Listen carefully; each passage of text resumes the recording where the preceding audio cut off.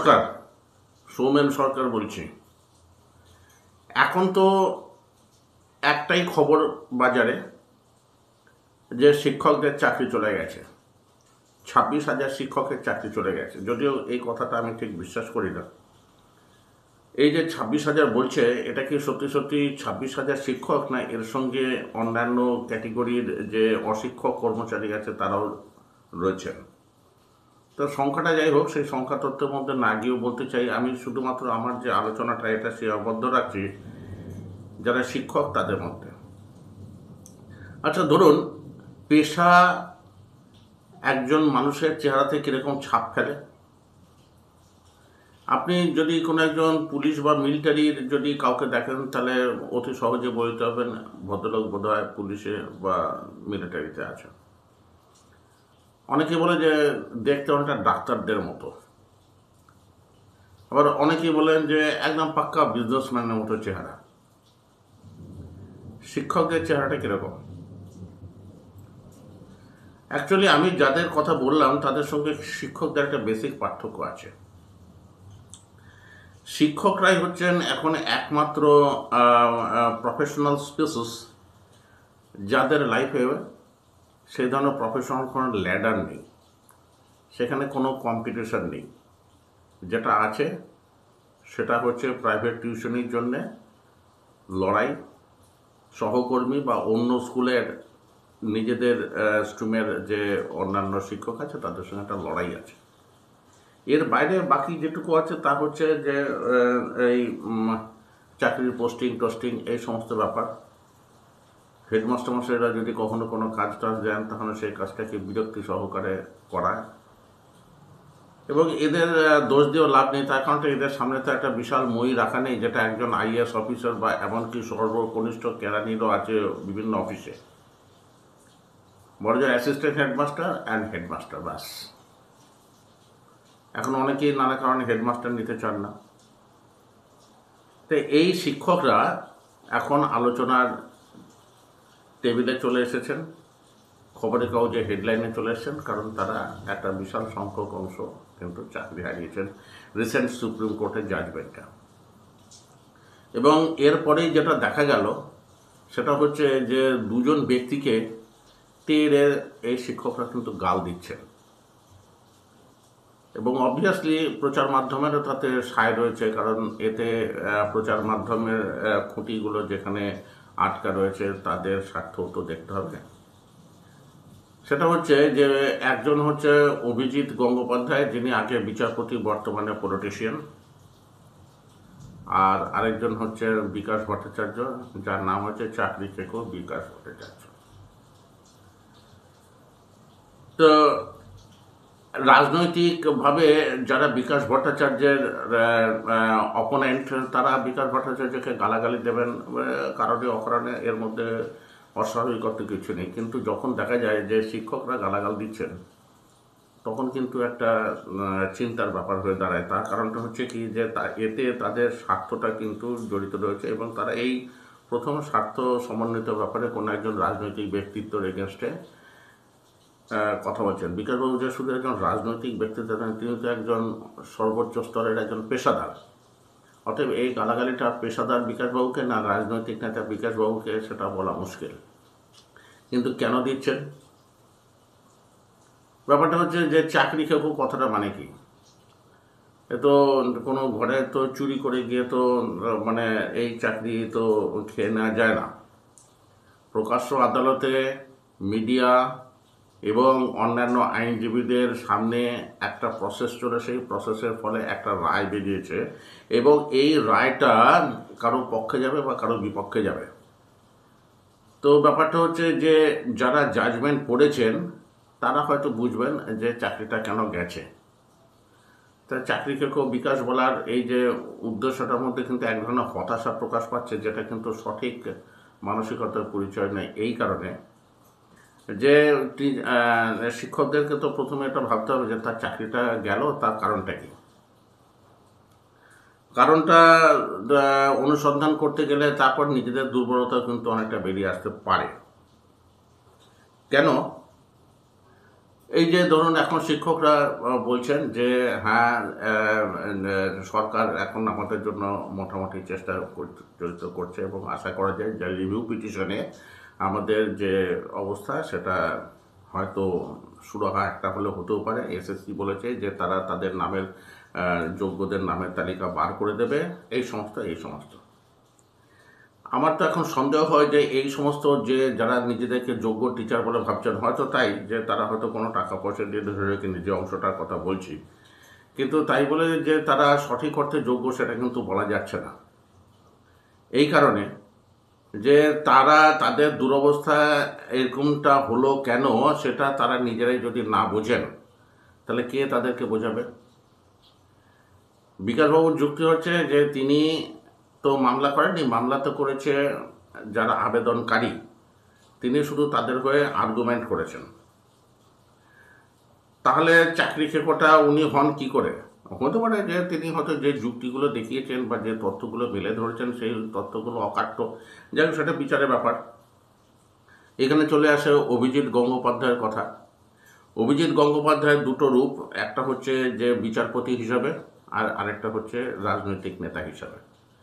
বিচারপতি যতদিন ছিলেন তিনি একটা ডিসিপ্লিনের মধ্যে ছিলেন, অতএব তার প্রত্যেকটা কাজকর্ম কিন্তু তার ওপরওয়ালা বা তার সুপিরিয়র যে অথরিটিস আছে তারা কিন্তু চেক করে দিত। কাজে অভিজিৎ গাঙ্গুলির পক্ষে কিন্তু কোনো কাজ করাটা এককভাবে বা ব্যক্তিগতভাবে সম্ভব না।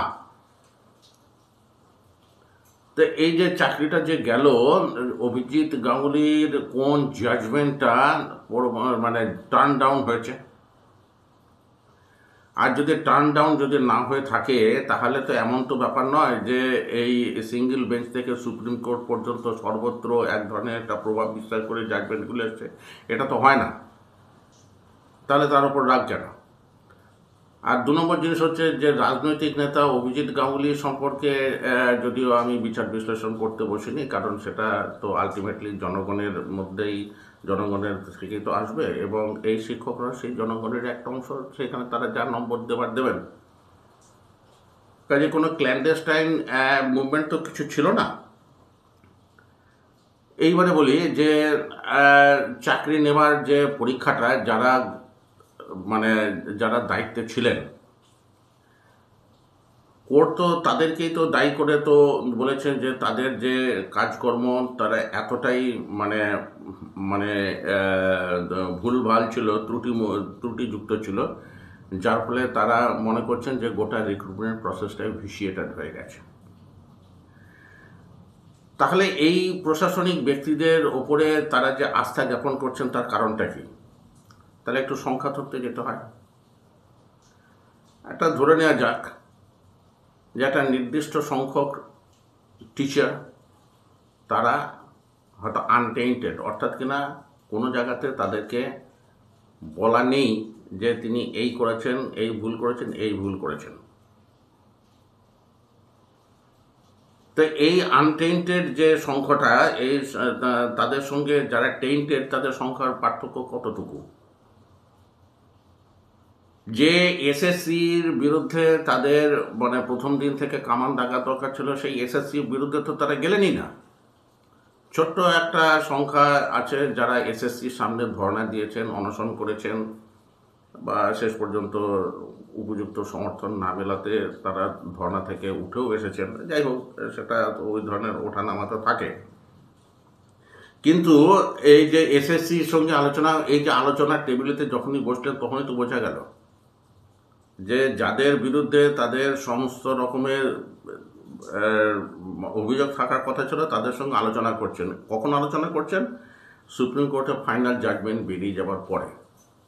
সুপ্রিম কোর্টের জাজমেন্ট কি বলছে না, বলছে দেবাংশু বসাকের যে ডিভিশন বেঞ্চে রায় দিয়েছে তাতে সামান্য একটু মার্জিনাল বা কসমেটিক চেঞ্জ ছাড়া তারা আর কিছু করছেন না, কারণ এর সঙ্গে ইন্টারফেয়ার করার কোনো যুক্তি নেই। তো এইখানে একটা ব্যাপার দেখতে হবে যে দেবাংশু বসাকের যে ডিভিশন বেঞ্চ তাদের অবজারভেশনটা কি ছিল। তাদের অবজারভেশন ছিল যে প্যারা 335-এ কিন্তু 8-9টা ক্যাটেগরির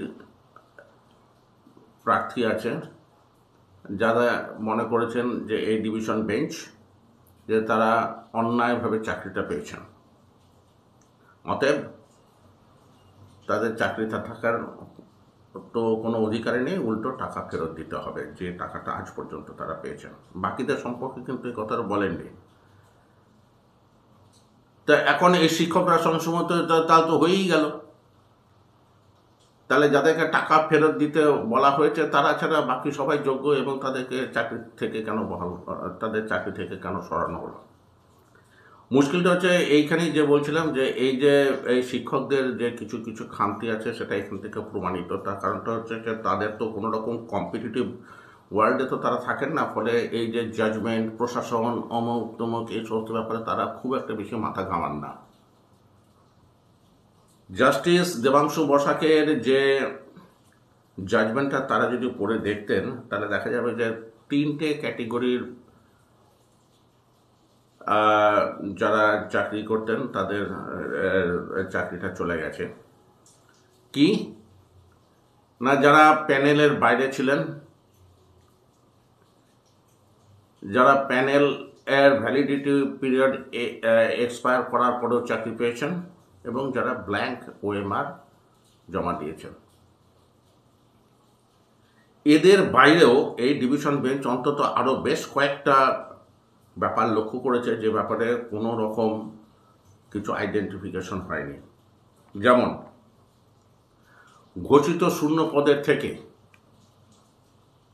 নেওয়া হয়েছে কিন্তু অনেক বেশি, অর্থাৎ কিনা উদাহরণ হিসেবে বলা যেতে পারে, ধরা যাক 100টা শূন্য পদ আছে, 150টা নেওয়া হলো।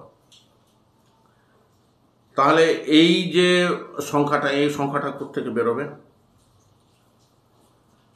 2, মেরিট লিস্ট আজ পর্যন্ত বেরোয়নি, তাহলে কাকে ধরা হবে, কাকে ছাড়া হবে?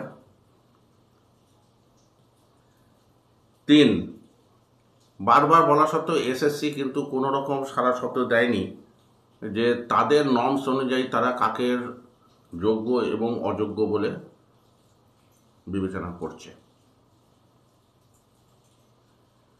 এটা কারণটা কি? কারণটা হচ্ছে যে এসএসসির যে পুরনো যে কর্মকর্তাদের মধ্যে অনেকেই জেলে আছেন, তাদের এই বন্ধু বান্ধবরা এখন প্রশাসনে আছেন, বাঁচানোর তাগিদ তো তাদেরও আছে। আর 2 নম্বর জিনিস হচ্ছে যে তারা হয়তো আশা করেছিলেন যে এই যে সমস্ত যোগ্য প্রার্থী আছে বলে দাবি করছেন, তাদের যেহেতু আলাদা করে তারা আইডেন্টিফাই করে দেননি, তার ফলে হয়তো কোর্ট শেষ পর্যন্ত গোটা প্যানেলটাকে রেখে দেবেন, একটা এক্সপেকটেশন। কিন্তু প্রশাসনের পক্ষ থেকে কি দাবি করা হলো না, কোর্ট কেন বলে দিচ্ছে না কে যোগ্য বা অযোগ্য? আচ্ছা, এবং মাস্টারমশাইরাও সেই একই কথা বলছে, কোর্ট কেন বলে দিচ্ছে না। আমি মাস্টারমশাইদের কথা বাদ দিচ্ছি এই কারণে যে তারা পড়াশোনার বাইরে আর তো কিছু করেননি,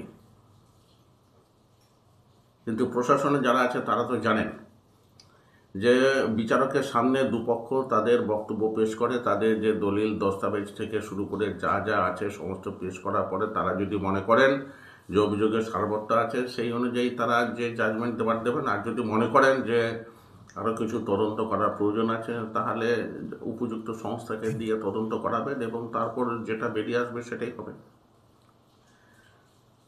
তা আমি এখন চুলচেরা এই যে জাজমেন্টটা বিশ্লেষণ করতে বসিনি, কিন্তু তা দেখা যাচ্ছে যে এসএসসি কিন্তু কখনোই, যদি তাদের ব্যাপারটা যদি ক্লিয়ার থাকতো তারা কিন্তু বলতো যে এই সমস্ত যোগ্য প্রার্থী আছে, এদের চাকরি যাওয়াটা কিন্তু অন্যায় হবে, বা এদের চাকরিটা রাখাটাই দরকার, ভুল ভ্রান্তি যা হয়েছে। আর আরেকটা ব্যাপার হচ্ছে, প্রতিবারই যখন জিজ্ঞাসা করা হয়েছে যে এই যে বাগ কমিটির যে রিপোর্ট আছে, তারপরে তদন্ত সংস্থার যে রিপোর্ট আছে, সেই রিপোর্ট অনুযায়ী দেখা যাচ্ছে যে হিউজ স্কেলে কিন্তু ইরেগুলারিটি হয়েছে। এবং যখন এর কারণ জিজ্ঞাসা করা হয়েছে তখন এসএসসি থেকে উত্তর গেছে যে এটা হচ্ছে হিউম্যান জাস্ট আইসোলেটেড মিস্টেক। আচ্ছা, 26,000-এর মধ্যে 8-9 হাজার কি আইসোলেটেড মিস্টেক হয়? তা শিক্ষকদের তো দরকার ছিল এসএসসির সঙ্গে কথা বলা যে এই ব্যাপারটা কেন হয়েছে। উল্টো তারা যাদেরকে গালাগাল দিচ্ছেন তারা তো ব্যাপারটা তো হচ্ছে যে তারা তো তাদের জন্য তো এই সমস্ত ব্যাপারটা তো সামনে এলো। আর দ্বিতীয় কথা হচ্ছে কি, এই যে বিকাশ ভট্টাচার্য হন বা যারাই হন, যারা এই মামলাগুলো লড়েছেন, তাদের তো নিজস্ব ক্লায়েন্ট আছে। সেই ক্লায়েন্টের দাবিগুলো কি ছিল যে প্যানেল বাতিল করে সমস্ত চাকরিজীবীকে সরিয়ে দিতে হবে? ব্যাপারটা মোটেই তা না। তাদের দাবি ছিল যে তারা প্রথম দিকে বিভিন্ন A B C D, CD জানেন যে অশিক্ষক কর্মচারী, এ হচ্ছে 9-10 আর 11-12 হচ্ছে, এ হচ্ছে 11-12, বি হচ্ছে 9-10। এই সমস্ত টিচাররা রয়েছেন, এই টিচারদের রিক্রুটমেন্টের জন্য কিন্তু পরীক্ষাটা নেওয়া হয়েছিল এবং অশিক্ষক কর্মচারীদের জন্য নেওয়া হয়েছিল। কিন্তু যারা আবেদনকারী তারা এমনভাবে তাদের যে কাগজপত্র সাবমিট করেছেন যে দেখা যাচ্ছে যে একটা নির্দিষ্ট সংখ্যক আছে তাদের থেকে তারা অনেক বেশি যোগ্য, কিন্তু তারা চাকরি পেয়েছে, এরা পাননি। অতএব তারা দাবি করেছেন যে আমাদেরকে চাকরিটা দেওয়া হোক। চাকরি পাওয়ার অধিকার সবার আছে যদি যোগ্যতা থাকে। যদি যোগ্যতা না থেকে থাকে তাহলে তাদের আবেদন বাতিল হয়ে যাবে। কিন্তু তাই বলে তো এটা বলা চলে না যে যারা চাকরি করছিলেন তাদেরই শুধু অধিকার আছে, বাকিদের কোনো অধিকার নেই। বিকাশবাবুরা তো এই ধরনের যারা বঞ্চিত বলে মনে করছেন তাদের হয়ে লড়াই করেছেন, সেই লড়াই করার অধিকারটা কি তাদের নেই? তাহলে এত রাগ কেন? ব্যাপারটা হচ্ছে কি, রাগটা ঠিক এই শিক্ষকদের যে আছে তা নয়। এই যে গোটা ব্যাপারটা উন্মোচিত হয়েছে এর ফলে তো একটা তো মানে প্যানিক তৈরি হয়েছে। সেই প্যানিকে যারা ক্ষতিগ্রস্ত হচ্ছেন তারাই মোটামুটি এইভাবে কথা বলছেন। এবং আর একটা ব্যাপার, ধরুন 6-7টা ক্যাটেগরির টিচার আছেন যাদেরকে ডিভিশন বেঞ্চ মনে করেছে যে এদের চাকরিতে থাকা উচিত নয়। তাদের মধ্যে 3-4টেকে 3 ক্যাটেগরির ক্যান্ডিডেটকে কিন্তু আইডেন্টিফাই করা গেছে, বাকিদেরকে কিন্তু আইডেন্টিফাই করা যায়নি। এই যে 3-4 ক্যাটেগরির যে ক্যান্ডিডেট যাদেরকে আইডেন্টিফাই করা যায়নি, নট স্পেসিফিক্যালি টেইটেড, তা তাদের জন্য যেহেতু বলছেন যে এই যে একটা এমন এক ধরনের একটা মানে মানে দুর্নীতি হয়েছে, তার ফলে কাউকেই এইভাবে আলাদা করে চিহ্নিত করা যাচ্ছে না, তাহলে এই যে সন্দেহজনক অথচ প্রমাণিত নয় এই ধরনের ক্যান্ডিডেটরা তো সকল যোগ্যদের মধ্যেই তো তারা তো মিশে রয়েছেন। তা এরা কি করে এসএসসির কাছে গিয়ে বলবেন যে আমাদের ব্যাপারটা এরকম হলো না কেন? তারা তো তাদের নিজেদের দুর্বলতা জানেন।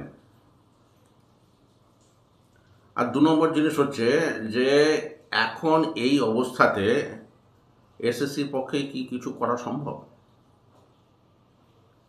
তারা একটা লিস্ট দিয়ে এখন বলবেন যে হুজুর এরা যোগ্য, এদেরকে দিয়ে দিন। শিক্ষক মশাইদের কি এই ধরনের আস্থা বা আশা দুটো কোনোটাই আছে যে এটা হওয়া সম্ভব? রিভিউ পিটিশন কি বলছে, যদি একটা গ্রস কিছু মিস্টেক হয়ে থাকে তাহলে সেটাকে সামলে নেওয়া যেতে পারে, but review is not appeal. মূল যে মামলার মীমাংসা সেটা তো হয়ে গেছে। এবার হঠাৎ কেউ হয়তো একটা পয়েন্ট আউট করে দিল যে এইখানে ফ্যাকচুয়াল একটা এরর আছে বা এইখানে এই যে আইনটা প্রয়োগ করা হয়েছে এই আইনে কিন্তু এটা বলা নেই, তাহলে সেক্ষেত্রে হয়তো কারেকশন হতেও পারে। কিন্তু 281 পাতার ডিভিশন বেঞ্চের জাজমেন্ট আর 41 পাতার সুপ্রিম কোর্টের জাজমেন্টে যেখানে বিস্তৃতভাবে সমস্ত কিছু লিখে দেওয়া আছে, তারপর কি তারা আর বলতে পারছেন যে হ্যাঁ এখানে এই দোষ ত্রুটিগুলো হয়েছে, এটা রিভিউ হওয়া দরকার? যে শিক্ষক মহাশয়রা, আমি শিক্ষকদেরই দোষ দেবো, কারণ এরাই তো নেশন বিল্ডার। এরা যদি নিজেদের দুরবস্থা কারণ যদি নিজেরাই না বোঝেন এবং মিডিয়া পেয়ে যদি তাদের সামনে এই ধরনের বক্তব্য রাখতে শুরু করেন, তাহলে অচিরেই দেখা যাবে যে তার হাস্যাস্পদ হয়ে যাচ্ছেন। আর 2 নম্বর হচ্ছে মামলাকারীদের কিন্তু সেই একই অধিকার আছে যারা চাকরি করছেন তাদের সমান। যে কজন চিহ্নিত হয়েছেন তার বাইরেও কিন্তু অনেক রয়েছেন যারা এই তথাকথিত যোগ্যদের মধ্যে মিশে রয়েছেন। এরা যদি চাকরিটা না পেত তাহলে যারা ধর্নায় বসে ছিলেন এই 1-2 বছর ধরে, তাদের মধ্যে অনেকেই চাকরিটা পেতেন। বিকাশবাবুরা তো এদের জন্যই লড়েছিলেন। তা চাকরি খেকো হিসেবে যাদেরকে মানে ওনাকে বলা হচ্ছে, এর অর্থ হচ্ছে যে যারা দুর্নীতি করে চাকরি পেয়েছেন তাদের চাকরি যাওয়াটা ঠিক হয়নি। আচ্ছা, এবারে চিন্তা করে দেখুন, আজকে যদি বোঝেন যে কোনো একজন ডাক্তার তিনি মোটেই ফেক ডিগ্রি নিয়ে এসেছেন এবং ডাক্তারি ডিগ্রিটা যদি তার নিয়ে নেওয়া হয় তাহলে খাবে কি, এই চিন্তা থেকে কি তাকে ডিগ্রিটা রাখতে দেওয়া হবে এবং তার কাছে আপনারা গিয়ে তার চিকিৎসা করাবেন? এই যে রেলে, প্লেনে বা বিভিন্ন জায়গাতে ইঞ্জিনিয়ার আছে, সেখানে তো যোগ্য ইঞ্জিনিয়ার আছেন বলেই তো আমরা সেফ। অযোগ্য ইঞ্জিনিয়ারদের হাতে যদি আমাদের দায়িত্ব থাকতো তাহলে কি আমরা সেফ ফিল করতাম? যোগ্য ডাক্তার আছে বলে আমরা তার কাছে নির্ভয়ে চিকিৎসা করাতে আছি, কিন্তু যখন জানতাম যে না, এখানে ধাপ্পাবাজি করে একটা ফালতু ডিগ্রি হোল্ডার যার কোনো রকম সত্যিকারের শিক্ষা দীক্ষা নেই, এটা জানার পর তার কাছে যাবেন? তা আপনারা কি মনে করেন যে শিক্ষকদের কাজটা এদের থেকেও নিচু স্তরের, যে যেমন তোমার একটা হলেই হলো? এক একটা শিক্ষক তাদের গোটা জীবনে কতজন ছাত্রকে পার করবেন? তারা রোল মডেল। এই পয়সা দিয়ে যারা ঢুকেছেন বা যাদের এখনও চাকরি পাওয়ার পদ্ধতিটা সন্দেহজনক, তাদের হাতে কি এই দায়িত্ব দেওয়া সম্ভব? নিজেদের ছেলে মেয়েদের দায়িত্ব দেওয়া সম্ভব? একটা কথা আগে শোনা যেত যে প্রাথমিক থেকে ইংরেজি তুলে দেওয়ার জন্য কিন্তু আজকে আমাদের শিক্ষার এই সর্বনাশটা হয়ে গেছে। পক্ষে বিপক্ষে যে যুক্তি থাক, ধরে রাখা যাক যে ব্যাপারটা সত্যি, কিন্তু তার থেকে এই ব্যাপারটা কি সত্যি নয় যে এই ধরনের অযোগ্য, যাদের মানে ক্লাস 5-এর ছেলে পড়ানোর যোগ্যতা নেই, তারা ক্লাস 12-এর টিচার হয়ে রয়েছেন? এবং এই একজনের রুজি কি এই যে হাজার হাজার ছাত্রের ভবিষ্যতের থেকে বেশি মানে গুরুত্বপূর্ণ? আমাদের প্রায়োরিটিগুলো তো সেইভাবে সেট করা উচিত। বরং কেন আমি যেটা মনে করছি যে এই যে জাজমেন্টটা যেটা দেওয়া হয়েছে, এই জাজমেন্টে কিন্তু এই যে কর্মরত যে সমস্ত শিক্ষক আছেন তাদেরকে কিন্তু একটা ফেয়ার ডিল দেওয়া হয়েছে। এখনও বলছি যে ধরে রাখা যাক যে এখনও পর্যন্ত আইডেন্টিফাইড টেন্টেড যদি 5-10 হাজার হোয়াটএভার হচ্ছে, বাকি যেগুলো যে সংখ্যাটা পড়ে রয়েছে তাদের মধ্যে কিন্তু অনেক আছে যারা কিন্তু দুর্নীতির মাধ্যমে চাকরিটা পেয়েছেন। তারা এখনও প্রকাশ্যে আসেননি, হয়তো পরবর্তীকালে তদন্তের মাধ্যমে তারাও প্রকাশ্যে আসবেন।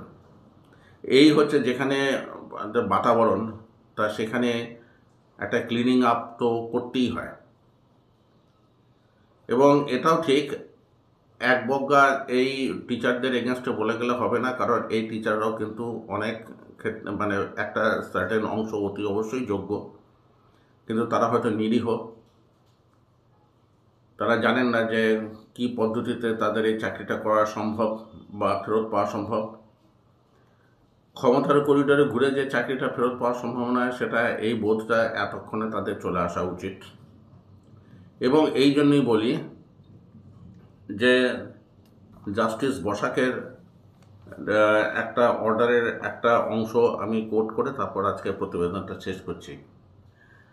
Since at least a portion of the beneficiaries of this scam, that is to say, that some of the persons who were appointed beyond the panel and after expiry of the panel and appointees submitting blank OMR sheets stand identified, it would be appropriate to direct such persons to return the benefits and the usufructs they received through fraudulent means. Therefore, we propose to issue direction for return and recovery thereof. তো বলেই দেওয়া আছে, মাত্র 3 শ্রেণীর যারা ফ্রডুল্যান্ট teachers তাদেরকে identify করেছে, বাকিদের তো আইডেন্টিফিকেশন তো হয়নি। এবং এই আইডেন্টিফিকেশনটা কিন্তু এসএসসি করার কথা ছিল, কিন্তু এসএসসি না করে যে অংশটা সৎ এবং যোগ্য তাদেরকে কিন্তু বিপদে ফেলে দিল। অনেক সময় দেখা যায় না যে বড় শত্রু আসছে, তাদের সামনে মহিলা এবং শিশুদেরকে এগিয়ে দেওয়া যাতে তারা অ্যাটাক করতে না পারে। এখানে কিন্তু তথাকথিত যে যোগ্য এবং সৎ ক্যান্ডিডেটদেরকে বাজি ধরে কিন্তু অসৎদের পক্ষ নেওয়া হলো। তা যাই হোক, এটা যত তাড়াতাড়ি বোঝেন ততই ভালো। এই কিউরেটিভ বা রিভিউ করে যে কী হবে সেটা আইনজ্ঞরা তো প্রতিনিয়ত এই ব্যাপারে বলে যাচ্ছেন, সেটাই শোনা উচিত। আর এই যে এই টিচারদের উচিত হচ্ছে যে সামনে যে রিক্রুটমেন্ট যে পরীক্ষা আছে, যেটা হবে সুপ্রিম কোর্টের নির্দেশে, তার জন্যে ভালো করে প্রিপারেশন নেওয়া। আন্দোলন যদি কিছু করতে হয় সামাজিক পথে, রাজনৈতিক পথে, তারা যে যা মনে করছেন যে এটা করা উচিত করুন, কিন্তু কোর্ট কাছারিতে আবেদন নিবেদন করে সুপ্রিম কোর্টের 2 জন বিচারপতির যে ডিভিশন বেঞ্চের জাজমেন্ট যে পাল্টানো যায় না, রিভিউ যে অ্যাপিল নয়, এই বোধটা যত তাড়াতাড়ি চলে আসে ততই ভালো। আর কাউকে গালাগাল দিয়ে এগোনো যাবে না। ঠিক আছে, যে যা করছেন করুন, তাতে যদি তার সুখ হয় তাহলে সেটা করতেই পারে, কিন্তু পড়াশোনার প্রিপারেশনটা চালিয়ে যাওয়া দরকার। তারা তো এতদিন ধরে ছেলে পড়িয়েছেন, তো একদম যে আউট অফ টাচ তা তো না। কোনো অফিসের যে করণিক, তিনি হয়তো বহু বছর আগে পড়াশোনা ছেড়ে দিয়েছেন, কিন্তু এই টিচাররা তো পড়াশোনার সঙ্গেই আছেন। চেষ্টা করলে তারা পেরে যাবেন বই কি। যোগ্য অযোগ্য বাছার এটা একটা প্রকৃষ্ট সুযোগ। পড়াশোনা করুন, নিজের ভাগ্য নিজে গড়ুন, কারো ওপর অত বেশি নির্ভর না করে, ওই আন্দোলনের নামে সময় নষ্ট না করে নিজেদের পড়াশোনাতে মন দিন। শিক্ষকদেরকে সাধারণত জ্ঞান দেওয়াটা ঠিক না, তবে মনে হচ্ছে একজন প্রবীণ ব্যক্তি হিসেবে এই উপদেশটুকু দেওয়ার মতো একটা পজিশন অনেকেরই আছে। আমিও তাদের মধ্যে একজন। নমস্কার।